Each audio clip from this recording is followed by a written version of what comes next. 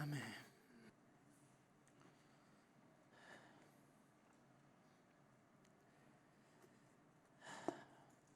Señor, al estar aquí reunidos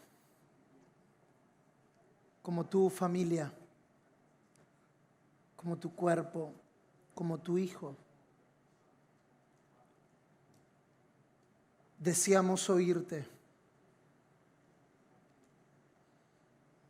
Háblanos, Señor. Cuando los hombres hablan, comparten conceptos, pero cuando tú hablas, te impartes a ti mismo. Y necesitamos oírte. Limpia nuestros oídos de la cera que produce la religiosidad, el mundo, el sistema, los problemas, las circunstancias.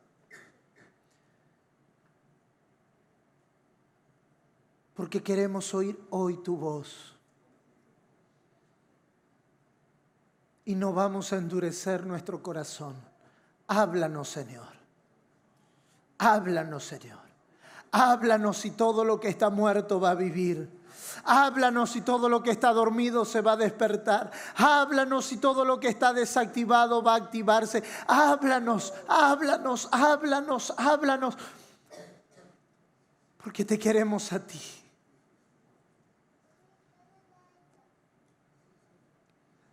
Como generación estamos cansados de oír a hombres y a mujeres hablando de sí mismos. Necesitamos oírte a ti.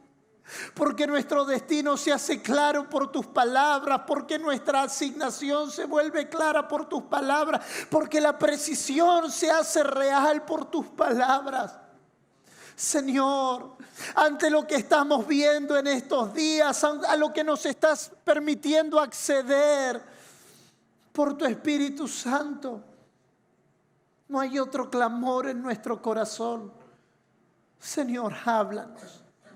Haz real tu voz en nuestras vidas en esta noche.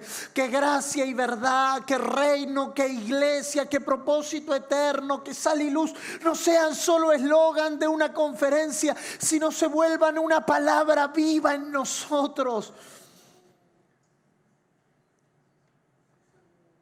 Que la palabra se haga carne en nuestras vidas. Queremos oírte, Señor. Queremos oírte. Queremos oírte. Que todo estupor sea absorbido por tu palabra. Que la voz que conmovió los cielos y la tierra conmueva nuestros corazones en esta noche. Señor, con temor y temblor delante de ti rogamos, háblanos. Y si por alguna razón nos has hablado y no hemos obedecido, vuélvenos a aquella palabra. Porque no queremos andar errantes. Porque no queremos andar vagando. Todo lo que necesitamos es tu palabra. En tu palabra hay vida. En tu palabra hay luz. En tu palabra hay salud. En tu palabra hay libertad. En tu palabra hay esperanza. En tu palabra hay gloria. En tu palabra hay gracia. En tu palabra hay verdad.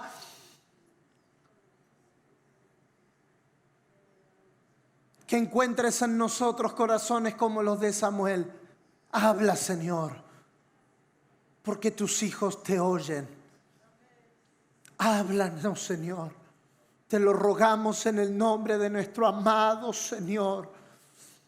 Háblanos, porque aquí estamos rendidos a tu querer, rendidos a tu voluntad. Señor, que encuentres en esta noche y en este día que queda, como en Hechos capítulo 13, hombres y mujeres desprovistos de todo interés personal, que persiguen tu palabra. Y dijo el Señor, en el nombre de nuestro Señor, amén y amén. Quisiera rogarte en esta noche que mientras estos minutos pasan, mantengas una oración en tu espíritu. Y quiero pedir la oración que pidió el apóstol Pablo, que se nos sea dado denuedo. La palabra denuedo significa comunicar bien, que aquello que Dios preparó para esta noche lo podamos comunicar bien, y que al salir de este lugar, no importa si te acordás un concepto o una frase o una idea, que al salir de este lugar todos nos vayamos con la convicción en nuestro corazón de que salimos de este lugar y Él nos habló. ¿Cuántos me acompañan en esta oración? Y Él nos habló. Y que podamos decir de aquí a unos años, el 20 de mayo a las 8:30 de la noche, Él trató conmigo, Él habló conmigo. Colosenses capítulo 1.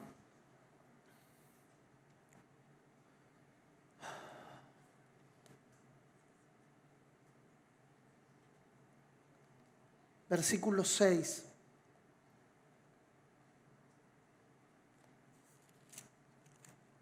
Colosenses capítulo 1, versículo 6. O vamos a leer desde el verso 3.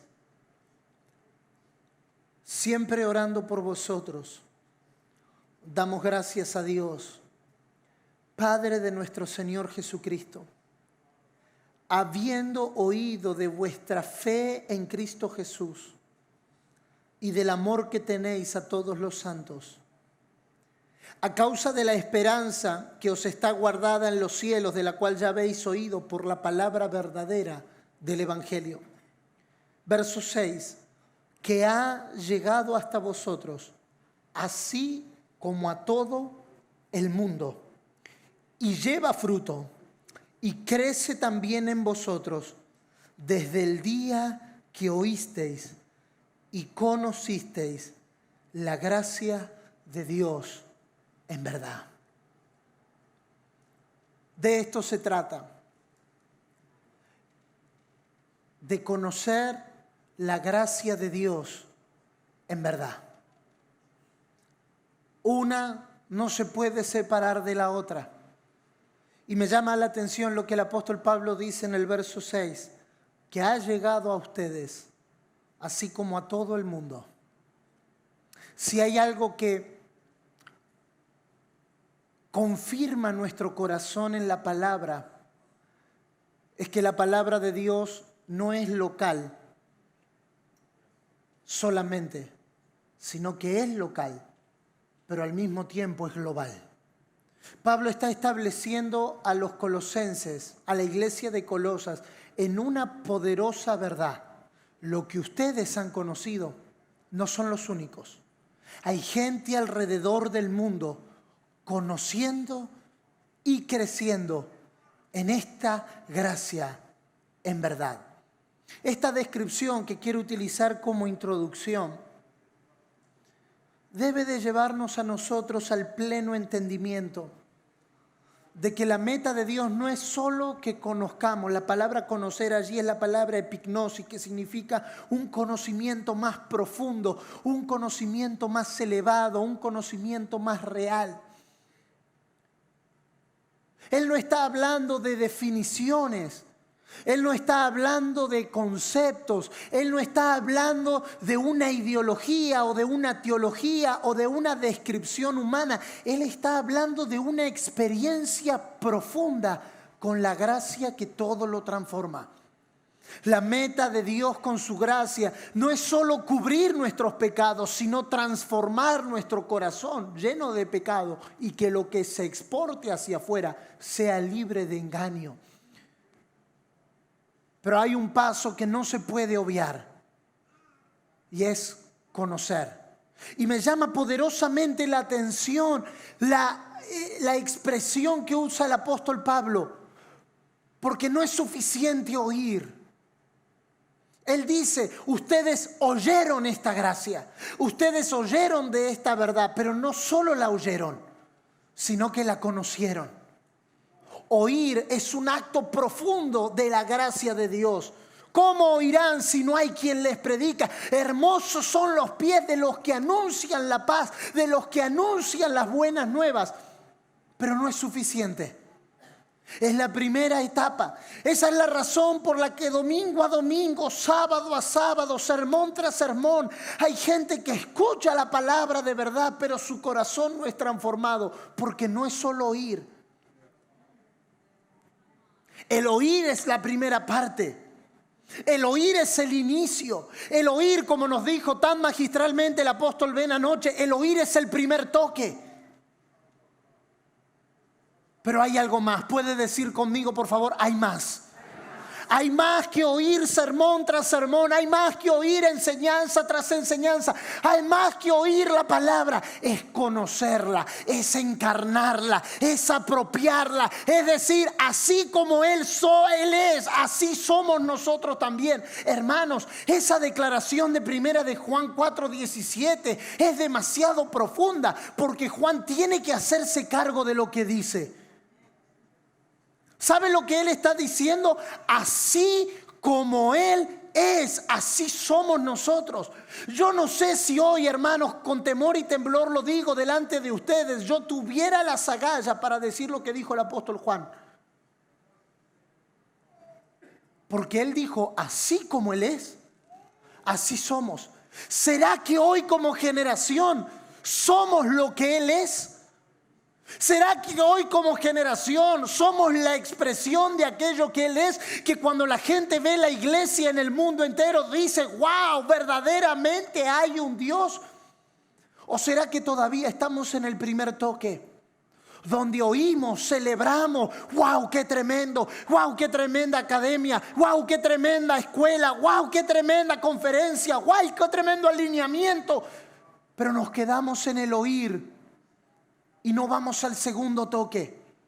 Nuestra generación está llena de buenos oidores, pero de muy pocos que conocen la gracia de Dios en verdad. Y la demanda de Dios en esta presente estación es, no quiero que solamente oigan, quiero que conozcan. Quiero que conozcan la gracia de Dios en realidad. Como nos explicaba el apóstol esta mañana, esa expresión verdad es la expresión realidad que subyace debajo de la apariencia. La verdad no es la apariencia, porque usted y yo podemos aparentar. La verdad es cuando se rasca y se ve por debajo de lo que se ve lo que hay verdaderamente.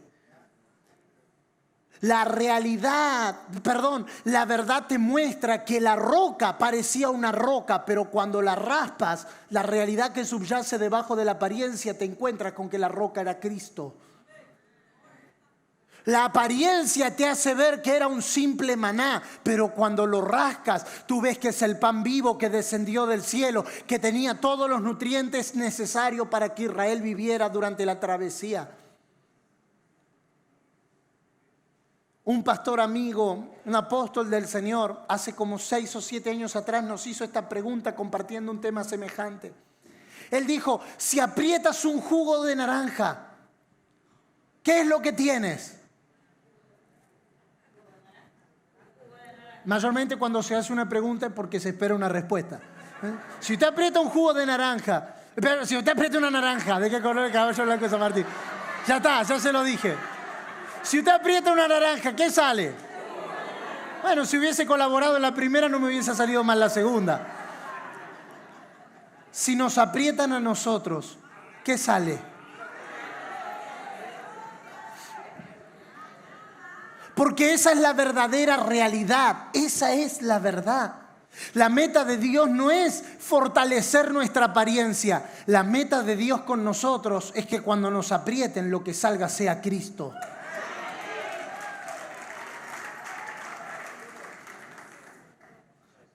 No le voy a hacer el ejemplo que hizo ese apóstol, porque el siguiente punto fue pellizque al que está a su lado y escuche su reacción. Pero para que no nos evidenciemos mucho,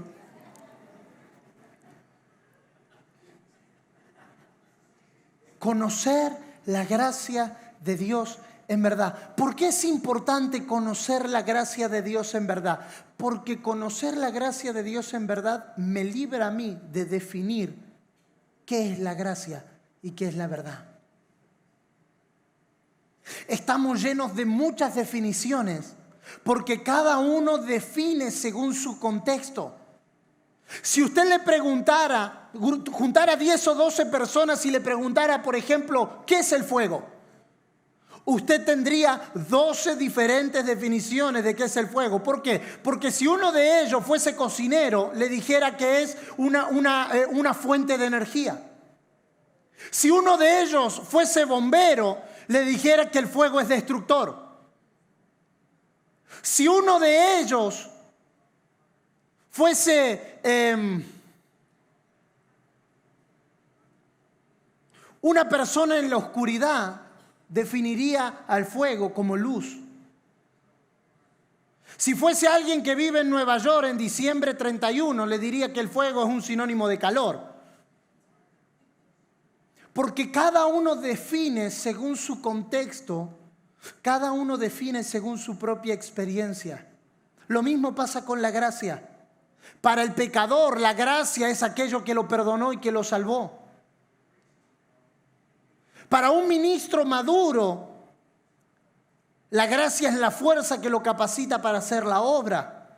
Para alguien que está en tribulación, la gracia es el poder de Dios que lo sustenta. La pregunta es, ¿qué es la gracia y la verdad para Dios? Porque yo no quiero definir un lado del diamante. A veces nos quedamos con una sola definición. Oh, yo estaba muerto en delito y pecado y por gracia fui salvo. Gloria a Dios. Y pensamos que eso es todo de la gracia.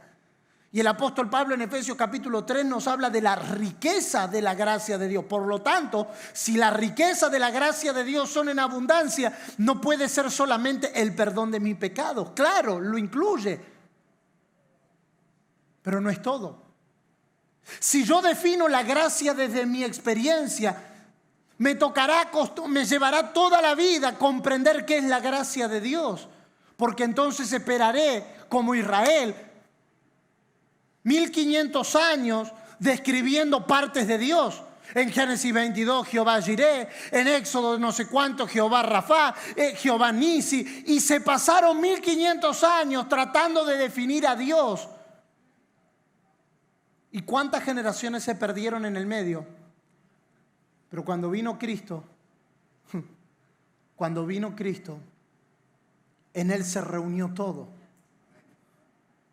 Por lo tanto, o puedo pasarme toda la vida esperando a vivir cosas para definir lo que Dios está haciendo, o puedo conocer la gracia de Dios en verdad.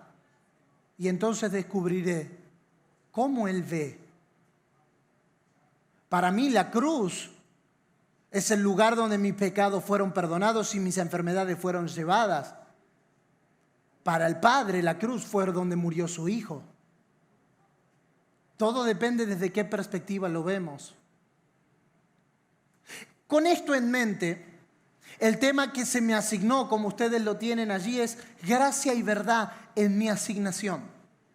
¿Cómo se ve mi parte en el propósito eterno de Dios?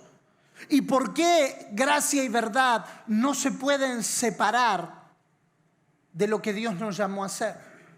Y para eso vamos a ver un pasaje que muchos de nosotros conocemos. Pero yo quiero llegar a un punto en común. Mire, el sermón de hoy tiene 3 puntos, uno menos que el el de la mañana. Así que vamos a ir un poquito más rápido, pero el de la mañana cada punto tenía 25 subpuntos, el de la noche tiene 35 subpuntos, así que recuperamos un poquito al final. Pero vaya conmigo a 2 pasajes que conocemos muy bien.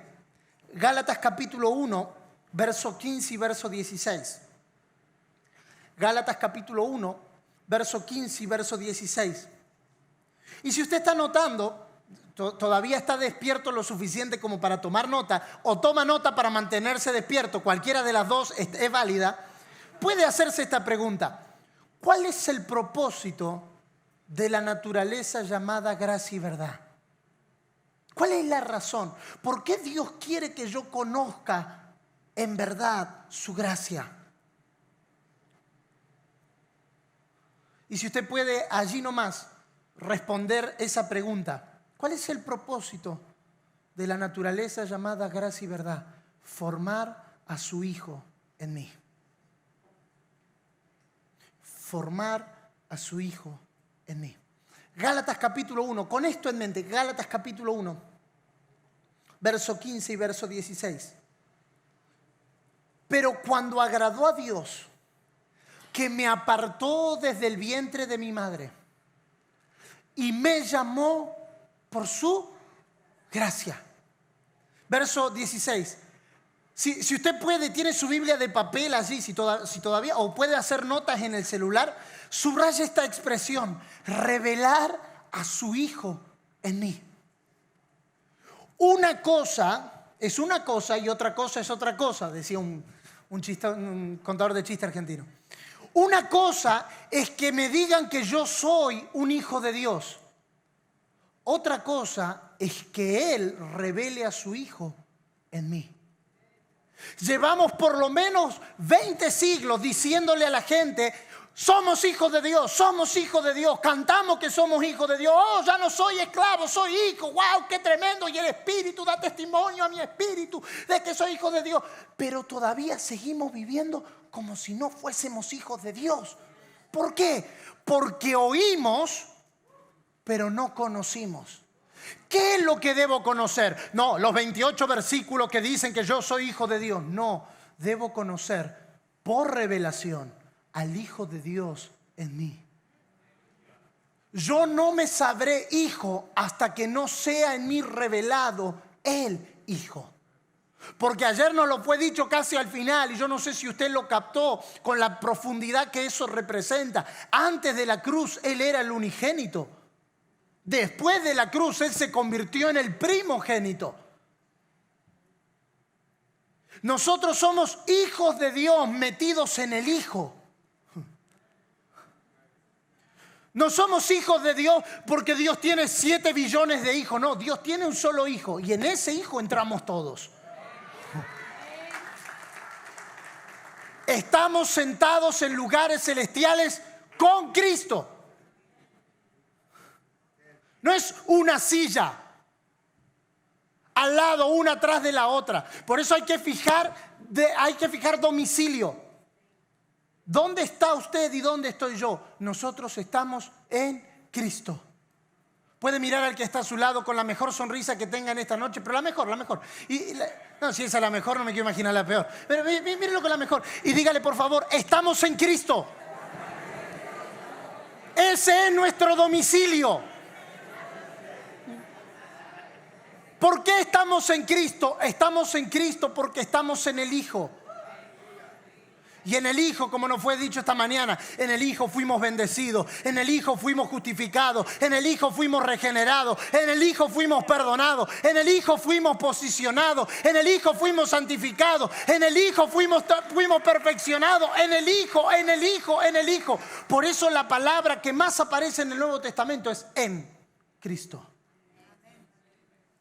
En Cristo. Pero aguánteme que vamos a llegar ahí en un ratito. Pero cuando agradó a Dios, que me apartó desde el vientre de mi madre y me llamó por su gracia, revelar a su Hijo en mí. Correr el velo. Revelar, correr el velo.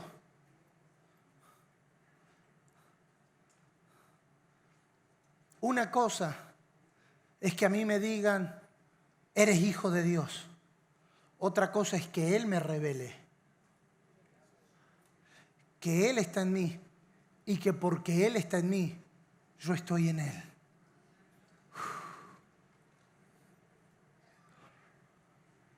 Somos muchos hijos conformados. Esa expresión a mí me ha roto la cabeza durante los últimos 8 o 9 años.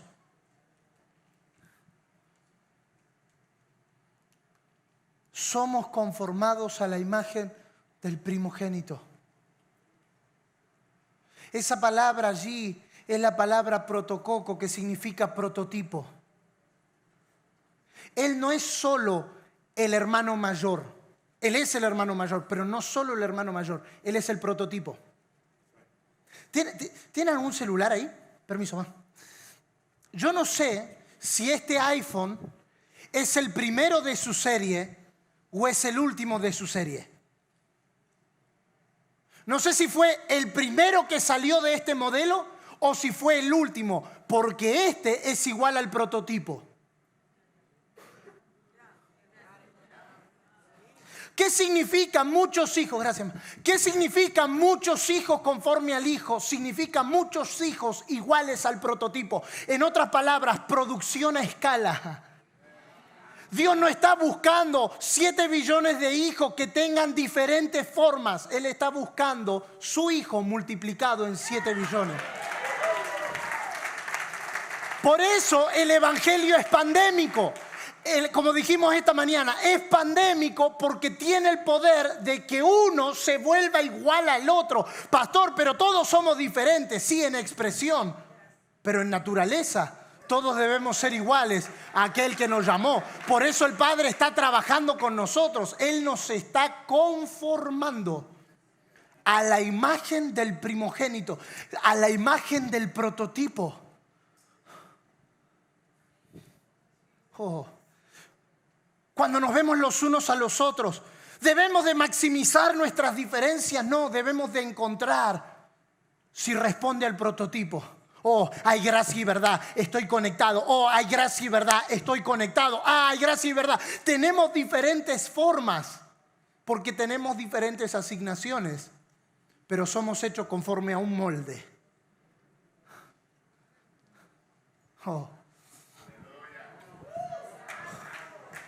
Por eso, aunque el proceso pueda cambiar por causa de tu asignación, el fin es el mismo: presentar a todo hombre perfecto en Cristo Jesús. ¿Qué significa? Que sean conforme al prototipo. El proceso será diferente. No fue lo mismo la formación de Timoteo que de Tito. No fue lo mismo la formación de Juan Marcos que de Onésimo. No fue lo mismo porque los procesos eran conforme a la asignación. A Timoteo se le exigía algo que a Tito no se le exigía.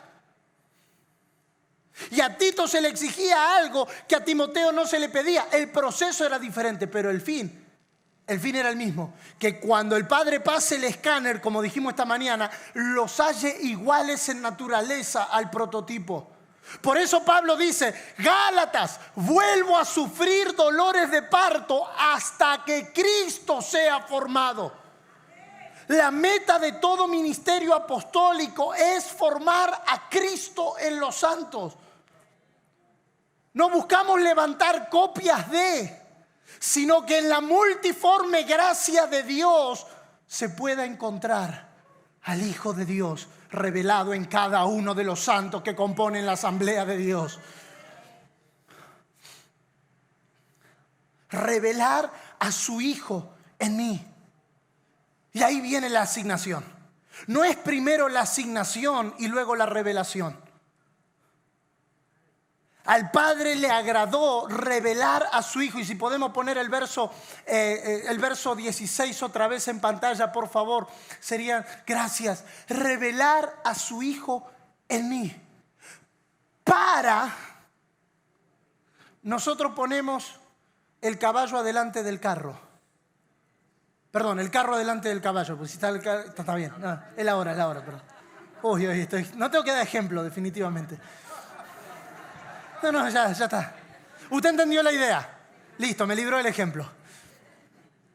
Nosotros ponemos la asignación antes del Hijo.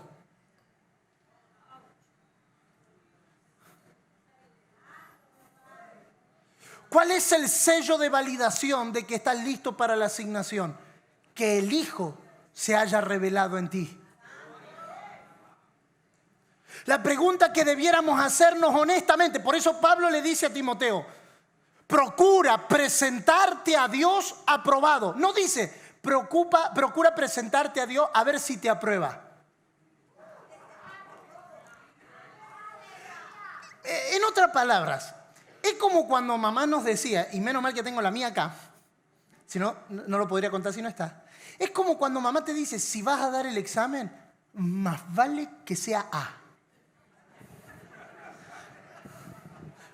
Porque viene la frase después, coma, porque tu única responsabilidad... Ah, sí. Hay un prototipo de madre. Nosotros trabajamos, nos rompemos el lomo con tu madre, con tu padre, no te falta nada. Lo único que queremos ahora es que... Por lo tanto, más le vale que si se va a sentar en esa silla a dar el examen, no espero menos que A. No, mamá, pero toda la clase se sacó C. Usted no es toda la clase. Como verán, me aprendí bien el speech. Y no vuelva a casa si no tiene A. Eso es medio raro, porque a los 5 minutos ya tendría que estar acá. Ah, pero usted me dijo. Ese es el mismo pensamiento de Pablo. Si te vas a presentar delante de Dios, procura que sea A. ¿Cuál es el A? Que todo aquel que quiere presentarse debe de tener. Como obrero que no tiene de qué avergonzarse, que usa bien la palabra de verdad. En otras palabras, Timoteo, lo que viene para Éfeso es demasiado grande. Por eso te mando que no permitas enseñanzas diferentes, por eso te mando que seas sobrio, por eso te mando porque estoy viendo lo que va a venir. Pero para esta asignación, procura presentarte delante de Dios ya sabiendo que estás aprobado. Pero cuando usted tiene en sus manos un producto, no sé si acá en Estados Unidos es así, pero en Argentina no se puede consumir un producto, sea remedio o sea alimento, que no tenga un sello FDA. En Argentina es la AMNAT o la SENASA para los alimentos, la FDA, que tenga un sello que diga este alimento está aprobado para el consumo. Este medicamento está certificado y cuenta con el respaldo de la FDA. ¿Cuál es el sello que Dios utiliza para decir este ministerio es válido, este ministerio está aprobado, este ministerio es conforme a mí? Que aquellos que portan la asignación, haga así conmigo, acá, yo. No, porque si no, ay, los apóstoles, los pastores. No, nosotros, los que tenemos la asignación, tengamos una materia aprobada, que por gracia Dios nos revele a su Hijo. Esto no se trata solo de canción, esto no se trata solo de predicación, es una revelación. Y no es revelación porque es una palabra griega complicada. A veces nosotros, wow, qué revelación, porque nos dijo una palabra complicada. No, es revelación porque al Padre en su gracia le plació correr el velo. Y ahora podemos ver. ¿Cuál es el propósito de la naturaleza llamada la gracia y la verdad? Formar a su Hijo en mí. Lo dije esta mañana y sin temor a ser reiterativo lo vuelvo a afirmar. Dios no está buscando buenos predicadores. Dios no está buscando buenos cantantes. Dios está buscando su Hijo en nosotros.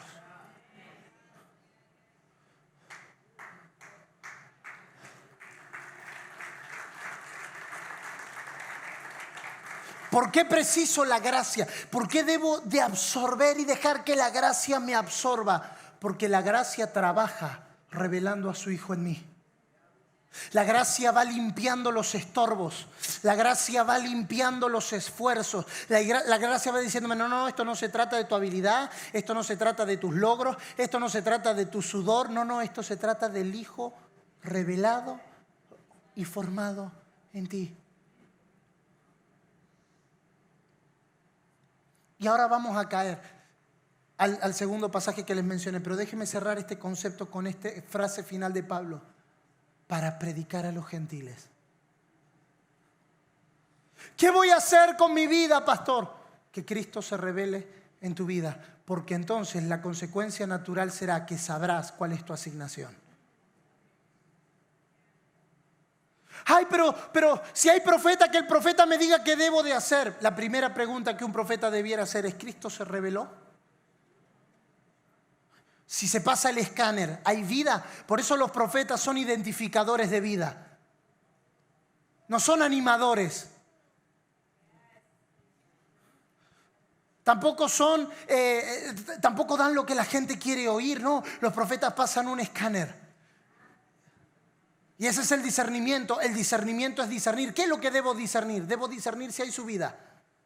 Si está subida, entonces la asignación se revela. Pero si no está subida, mi primera oración sería: Señor, date a conocer. Revélate. Porque una asignación, óigame bien por favor, porque vamos a caer a este punto más tarde. Una asignación sin la revelación del Hijo en nosotros terminará en esfuerzo humano. Una asignación, por más grande o por más pequeña que sea, si no nació del Hijo, entonces terminará en mi sudor. Y acá estamos, pastor, levantando la obra. Y acá estamos, pastor, trabajando. Y acá estamos en la lucha y en la prueba, pastor. Pero usted sabe, cansado de estar siempre los domingos, siempre los sábados, siempre los miércoles, siempre los martes. Porque nos tenemos que esforzar. Porque no nace de su gracia. Todo lo que nace de su gracia tiene dos características: es fácil y es ligero. Mi yugo es fácil y ligera es mi carga. Hermano, hermana, si el ministerio se te está volviendo demasiado difícil y demasiado pesado, es hora de que Él se revele en formato gracia. Porque tal vez estamos haciendo lo que Él no nos llamó a hacer. Y ahora sí. Primera de Corintios, capítulo 15. Primera de Corintios, capítulo 15.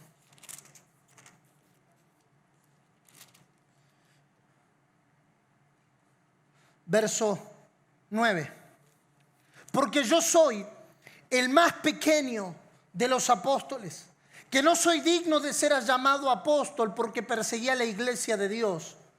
Pero, verso 10, por la gracia de Dios soy lo que soy. Y su gracia no ha sido en vano para conmigo. Antes he trabajado más que todos ellos, pero no yo, sino la gracia de Dios conmigo. ¿Cuál es el propósito? Segunda pregunta. ¿Cuál es el propósito de la naturaleza llamada la gracia y la verdad? Determinar, autorizar y empoderar mi función en cuanto al propósito de Dios. Autorizar. La gracia es lo que dice: sí, estás listo, su Hijo se reveló. Autorizar. Número 2, determinar. Y número 3, empoderar. La gracia y la verdad moldean mi asignación en el propósito eterno. Determinan y dirigen mis esfuerzos en el trabajo para Dios.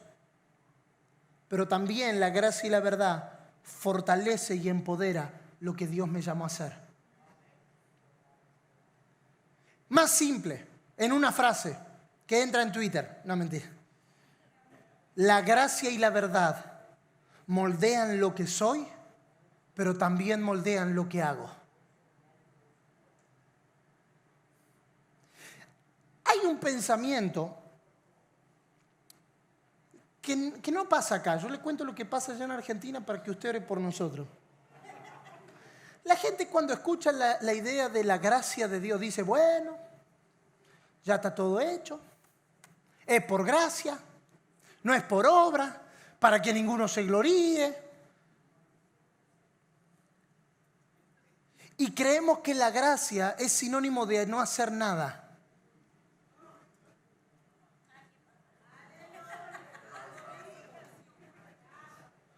No, por eso le digo, acá no pasa, pasa allá lejos. Lejos. No, si todo es por gracia. Aún el maná, que es una de las grandes expresiones de la gracia de Dios en el Antiguo Testamento, no estaba libre de trabajo. Porque cada uno tenía que levantarse e ir a buscar el maná que estaba para ese día. Pablo nos va a dar una verdad extremadamente importante. Por la gracia de Dios soy lo que soy. ¿Qué soy? Bueno, la respuesta rápida pudiéramos decir, soy un hijo de Dios. Déjeme ir un poquito más allá. Cuando nos preguntamos ¿qué soy? Debiéramos responder, pero no por oír, sino por conocer el Hijo de Dios. Y ese Él va con mayúscula. Porque así como Él es, así somos nosotros. Lo que Él está conformando es su Hijo en la tierra. Lo que Pablo entendió es que lo que a él se le reveló no fue algo que hacer, aunque lo que él era incluía algo que hacer. No puedes separar la asignación de lo que eres. Porque lo que eres en Dios, por medio de Cristo, moldea tu asignación. Oh no, pero yo no trabajo, hermano. Yo no, porque esto es por gracia. Y Pablo dice, antes bien, he trabajado más que todos ellos. Pero él vuelve a reconocer que no es su mérito, que no es su esfuerzo, que no es el producto de, pero usted no sabe las horas que dejé de mi vida acá. Pero usted no sabe las lágrimas que hay en ese altar. Pero usted no sabe lo que hemos sudado para estos días. Pablo dice, no yo. Hermano, el que se había aguantado los palos era él. El que había llevado el evangelio a todo el mundo conocido era él.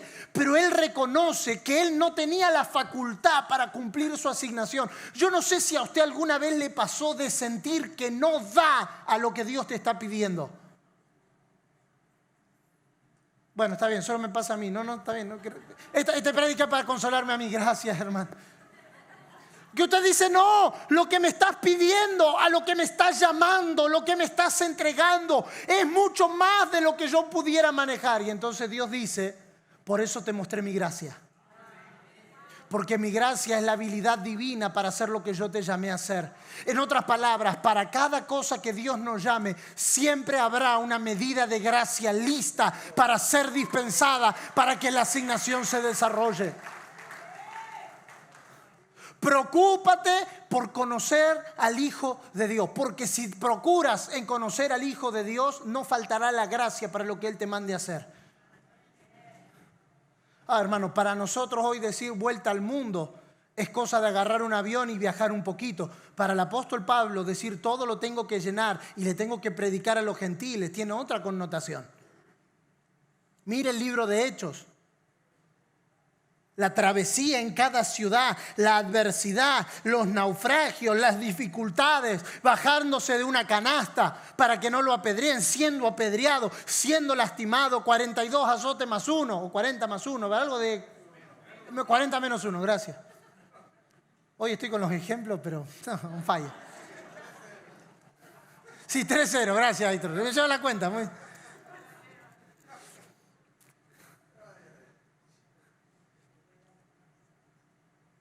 Pero no importa qué tan grande o qué tan pequeña sea la asignación, habrá gracia para ella. Por lo tanto, no tengas temor de lo que Él te está demandando hacer. Solo garantiza que sea Él.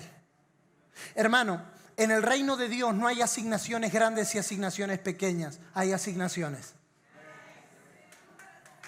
No hay asignaciones grandes o asignaciones pequeñas. Un discípulo llamado Ananías no se lo vuelve a mencionar en todo el Nuevo Testamento, ni antes ni después. Ese sería un buen ejemplo de trabajo para el material de familia. No se lo menciona antes ni después. Para mis compañeros de universidad.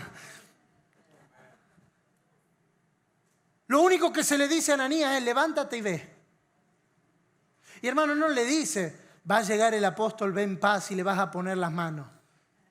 Ahí saldría volando Ananías para ponerle las manos. Ve y encontrarás a Saulo. Póngase por un momento en los zapatos de Ananías. llega y ve a Saulo. Saulo era conocido, tenía carta para matar, para perseguir, para dañar, para lastimar, para hurtar, matar, destruir.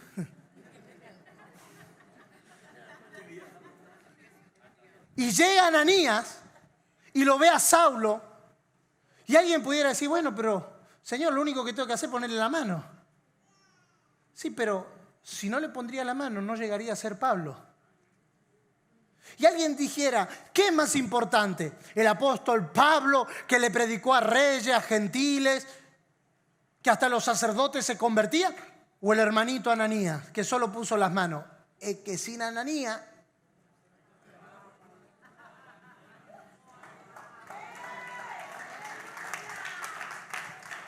Tal vez tú sientas que lo que Dios te llamó a hacer, ay, no es tan grande como lo que Dios llamó a los pastores o a los apóstoles o a los profetas o a los evangelistas. Sí, pero si Dios te llamó a hacer, tu respuesta y mi respuesta se llama obediencia.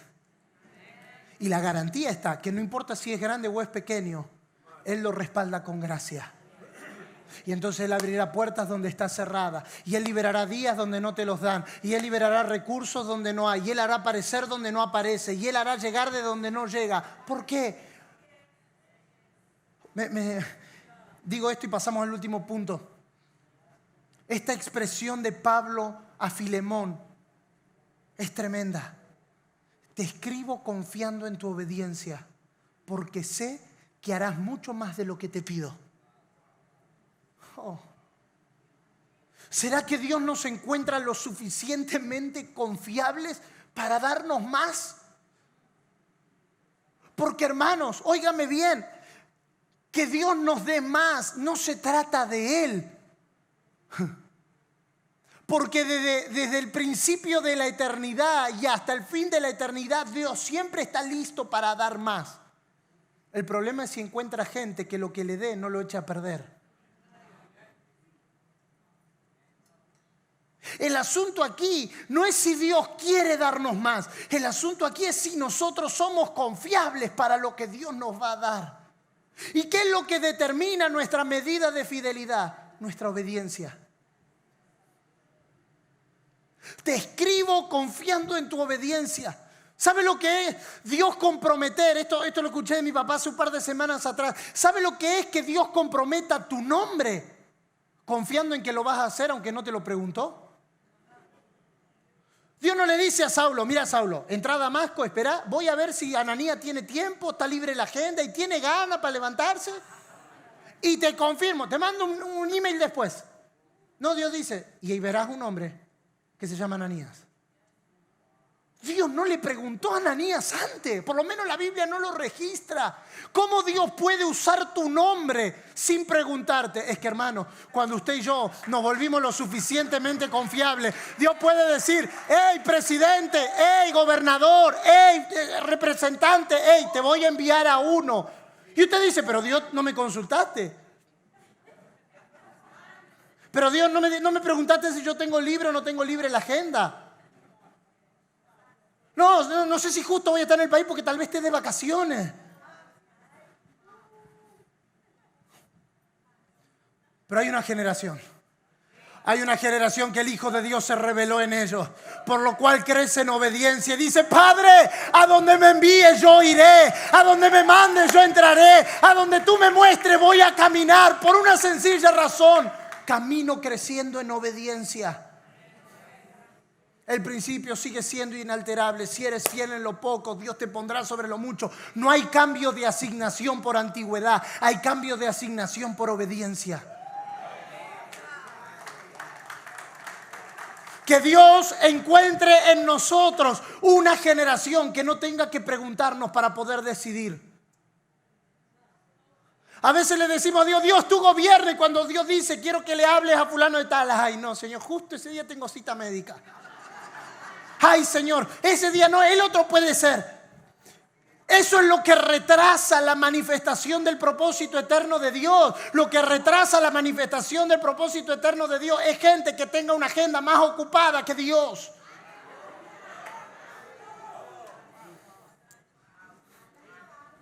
Entonces Dios te da la gracia, Dios te da la asignación, eso se ve, pero cuando te impulsa la asignación, se encuentra con que usted y yo no obedecemos. Ay, Señor, pero no voy a ir por uno. Ay, pero Señor, son dos. Ay, pero Señor, a mí me dijeron que era una multitud. Te escribí confiando en tu obediencia, sabiendo que aún harás mucho más de lo que te he pedido. Oh, que el Señor encuentre en nosotros gente, que el primogénito se ha formado tanto en nosotros que estamos listos para obedecer. Señor, heme aquí, lo que tú me digas voy a hacer, a donde tú me envíes yo iré. Y alguien puede decir, no, pero yo lo que quiero es menos trabajo. Entonces te equivocaste, papá. Esto no es para ti. Porque en el reino de Dios la fidelidad no se premia con descanso. En el reino de Dios la fidelidad se premia con más trabajo. Pero no trabajo yo, sino la gracia de Dios conmigo. Aleluya. Sino la gracia de Dios conmigo. Y número 3, y oramos. Número 3. ¿Cuál es el propósito de la naturaleza llamada gracia y verdad? Hacerme saber lo que Dios me ha concedido para la asignación a la que Él me ha llamado. ¿Por qué necesitamos la gracia y la verdad impartida en nosotros? Porque la gracia y la verdad, hay como 15 hojas ahí que se están pasando así como por hoja, pero ¿por qué necesito la gracia y la verdad revelada por el Hijo de Dios en mí? Para que sepa lo que Dios me ha concedido. Necesitamos migrar de una iglesia que pide a una iglesia que entiende. A veces nos pasamos la vida pidiendo cosas que Dios ya nos dio, pero como no sabemos que Dios nos las dio, seguimos viviendo como si no la tuviéramos. Primera de Corintios, capítulo 2, verso 12. Y nosotros no hemos recibido el espíritu del mundo, sino el espíritu que proviene de Dios, para que sepamos lo que Dios nos ha concedido. ¿Por qué necesitamos saber lo que Dios nos ha concedido? Porque lo que Dios nos ha concedido está escondido en nuestra asignación. Dios no te enviará a nada que no te haya dotado, que no te haya capacitado, que no te haya formado y que no te haya dado la medida de gracia suficiente como para ir. Por lo tanto, usted y yo tenemos que aprender a confiar que cuando Dios nos dice directamente o a través de nuestras autoridades, ve a tal lugar, hay una medida de gracia que ya fue depositada en nosotros para la tarea que Él nos llamó. Ninguna tarea a la que Dios nos mande será una tarea en la que entraremos desprovistos. Yo debo saber lo que Dios me ha concedido. Porque lo que Dios me ha concedido no viene en forma consumible, viene en forma de poder. Lo que Dios me ha concedido no es para mí. Lo que Dios me ha concedido es para que por aquello que me ha conseguido yo pueda hacer. Hermano, el auto que tú tienes no es consumible. El auto que tú tienes vino en forma de poder, es para que tú vayas. La casa en la que vives, la tarea en la que tienes, el ministerio que se te ha confiado, no es para consumirlo, no es por causa de mí. Todo lo que Él nos ha dado vino a nosotros en forma de poder, es decir, en libertad para hacer.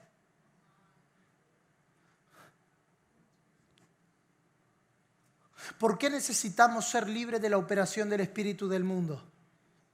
Porque el espíritu del mundo me muestra lo que falta. No, pero esa ciudad es muy difícil. No, pero ese barrio es muy complicado. No, pero esa ciudad es muy pobre. No, pero allí la gente no puede. No, pero allí la gente no tiene. No, pero allí los principados. No, pero allí las potestades. Y ese es el espíritu del mundo, mostrándote lo que falta. Pero el Espíritu de Dios viene para decirte, hey, yo te he dado mi gracia. Mi gracia es todo lo que necesitas para entrar al territorio hostil. Mi gracia es todo lo que necesitas para convertir a pobres en millonarios. Mi gracia es todo lo que necesitas para llevar salud a donde hay enfermedad. Mi gracia es todo lo que necesitas. Pero eso no se conoce por un ABC de lo que Dios me ha dado. Esa es una obra del Espíritu, revelando lo que Él nos ha concedido. Pablo dice en Efesios capítulo 3, para que os dé conforme a las riquezas de su gloria. Para que os dé conforme. ¿Cómo da Dios? Dios no da conforme a mis necesidades. Dios da conforme a su riqueza. ¿Cuál es la diferencia? La diferencia es que cuando Él da conforme a sus riquezas, Él cambia el estándar. Yo quiero ser fiel a esta palabra que percibí en mi espíritu esta tarde. Hay un cambio de estándar para la familia. Palabras de vida. Hay un cambio de medida. Hay un cambio de patrón. Hay un cambio de bandera. Es como Dios dándole más, no porque lo necesiten. Es Dios dándole más precisamente porque no han pedido conforme a sus necesidades. Y como no han pedido conforme a sus necesidades, Dios da conforme a sus riquezas. ¿Qué es Dios dando conforme a su riqueza? Dios dando conforme a su riqueza no es Dios dando dólares. Dios dando conforme a sus riquezas es Dios ampliando la asignación. Dios ampliando el estándar. Dios ampliando el estándar. Dios elevando. El enemigo vendrá como un río, mas Jehová levantará bandera. Esa palabra bandera es estandarte. Esa palabra bandera allí es estándar. Cada vez que vemos una operación del engaño fuertemente en una generación, Dios levanta estándares.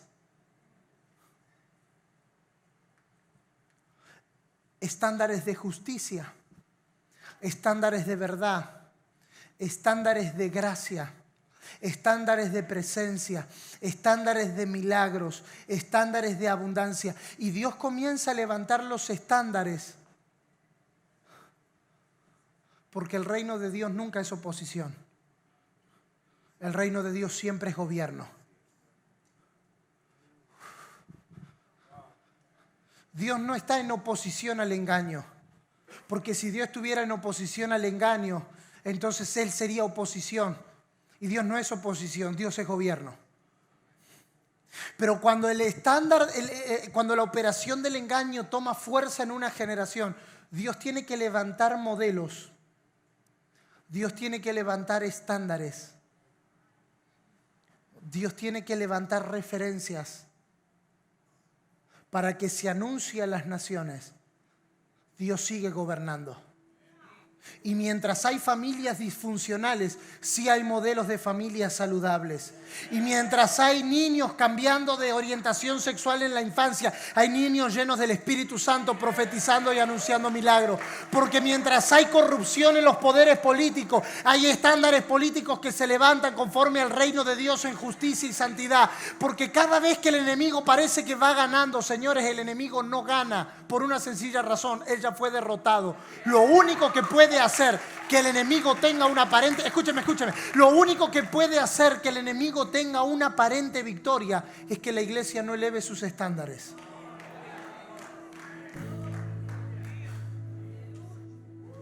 Entonces pareciera que él va ganando. ¿Hasta qué?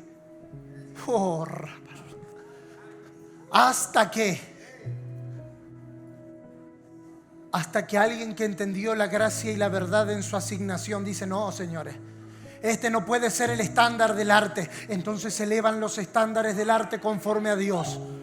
Alguien dice: no, este no puede ser el estándar de familia. Entonces se levanta el estándar de familia y comenzamos a ver familias llenas de la presencia de Dios.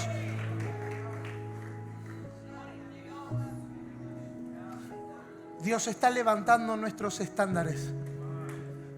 Pero óigame, eso no es motivo de fiesta. Eso es motivo de responsabilidad. Porque que Él levante tus estándares,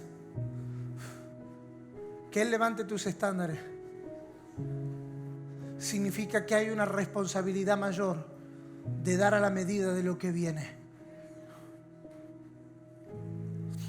Pero hay una palabra. No yo, sino la gracia de Dios conmigo. Te invito a estar de pie.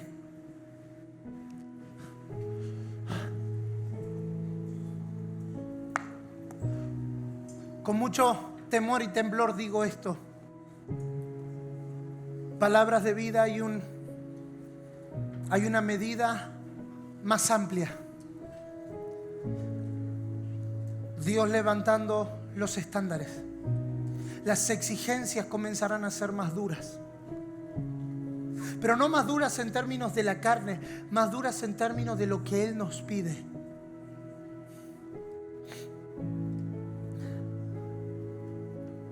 Por causa de la próxima estación. La próxima estación los pondrá de cara a un modelo que será visto y que será imitado. No solamente hablo de pastores, sino de gente en alta influencia en el arte, en la economía, en la política, que no ve una congregación, que no ve poder de voto, sino que ve un estándar que se pueda reproducir en una ciudad. Pero todo comienza en: Señor, revela a tu Hijo en mí. Yo quiero ser parte del estándar de Dios para nuestros días. Que donde parece que las tinieblas van ganando, Dios pueda decir: no, señores, yo tengo un estándar preparado. Y aunque el enemigo venga como un río, Jehová levantará estandarte, Jehová levantará bandera y dirá: no, señores, la familia en los Estados Unidos no está perdida. No, señores, el trabajo en los Estados Unidos no está perdido. No, señores, las empresas en los Estados Unidos no están perdidas. No, señores, yo me he provisto de un estándar.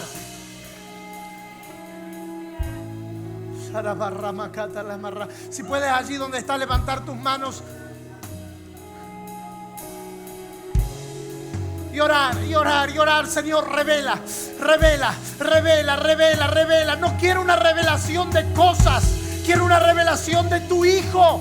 No quiero una revelación de buenas cosas, quiero a tu Hijo revelado en mí. Quiero a tu Hijo revelado en mí. Revela, corre los velos de la religiosidad, corre los velos de la filosofía, corre los velos de la tradición, corre los velos de lo que he conocido hasta ahora y déjame ver al Hijo de Dios. Revela a tu Hijo, Señor. Revela a tu Hijo, porque cuando tu Hijo es visto, las asignaciones son claras. Cuando el Hijo es visto, las asignaciones son claras. No yo, sino la gracia de Dios conmigo. Por gracia soy lo que soy, y la gracia no ha sido en vano. Vamos, si puedes, los últimos 30 segundos abrir tu boca y pedirle al Padre con un corazón desesperado: revela a tu Hijo en mí, revela a tu Hijo en mí, revela. Te queremos a ti, te queremos a ti, te queremos a ti, te queremos a ti.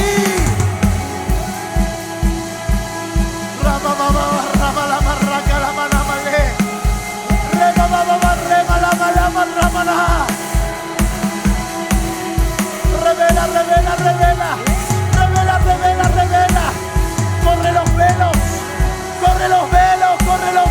Corre los velos. Revela a tu Hijo, Señor.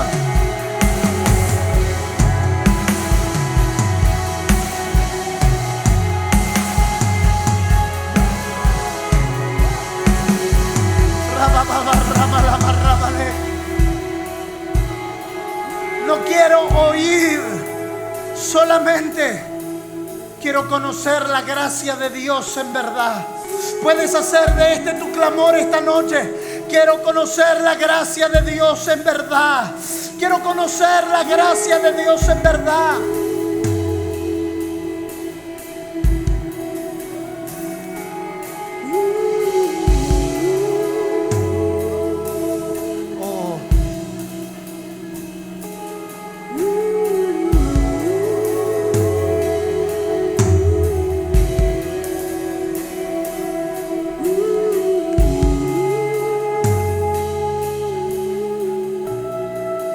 Pero por la gracia de Dios, por la gracia de Dios, soy lo que soy. Y la gracia que Él me concedió no fue infructuosa. El fin de la gracia y la verdad es no dejarnos sin fruto, sino dejar a una generación más dependiente, más conectada, más alimentada del verdadero fruto. Puedes poner respetuosamente tu mano en el hombro de la persona que tienes a tu lado, o tomarle la mano si tienes algún grado de confianza, y hacer esta oración por él, por ella. Que tu gracia, Señor, no sea en vano. Que tu gracia, Señor, no sea en vano. Que pueda conocer por la obra del Espíritu Santo en él la medida de gracia que le has dado, lo que le has concedido para la asignación a la cual lo has llamado, para que entonces el estándar de Dios sea levantado en nuestra generación.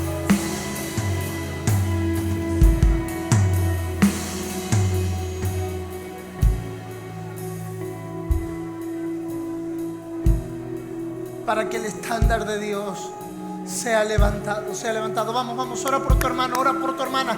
10 segundos más, ora por tu hermano, ora por tu hermana.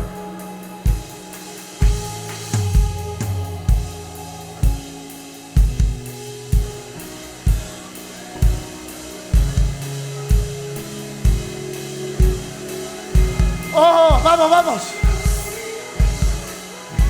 Señor, que tu gracia no sea en vano. Que no solo oiga, sino que conozca la gracia de Dios en verdad. Para que reconozca. Para que todo Nueva York, para que todos los Estados Unidos, para que Nicaragua, para que Honduras, para que la República Dominicana, para que Puerto Rico, para que Ecuador, para que Cuba, para que la India, para que Argentina, para que Brasil, para que Bolivia reconozca que hay un solo nombre digno de alabar, que hay un solo nombre digno de exaltar, para que el estándar de Dios sea visto y todo el mundo reconozca: Jesucristo es el Señor.